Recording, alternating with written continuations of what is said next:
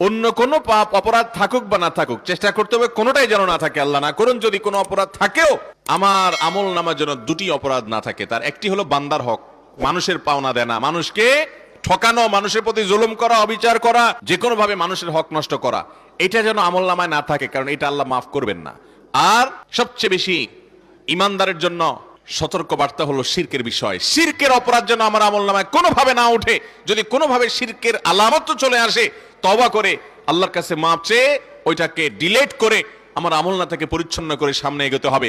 আপনি যত ভালো কাজ করেন, যত নেক আমল করেন, যত ইবাদত বন্দেগী করেন, যত তাসবিহ তেলাওয়াত করেন, যত কোরআন পড়েন, যত ওয়াজ মাহফিল শুনেন, যত ওয়াজ করেন, যত হজ করেন, যত উমরা করেন, যত ভালো কাজ করেন, আল্লাহ বলছেন লা ইয়াহবাতান্না আমালুক, অবশ্যই অবশ্যই আপনার আমল বরবাদ হয়ে যাবে, সমস্ত আমল ক্যান্সেল হয়ে যাবে, ডিলিট হয়ে যাবে।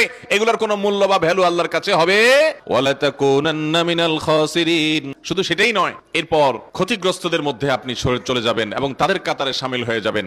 আপনার কোনো আমল আল্লাহর কাছে আর মাকবুল হবে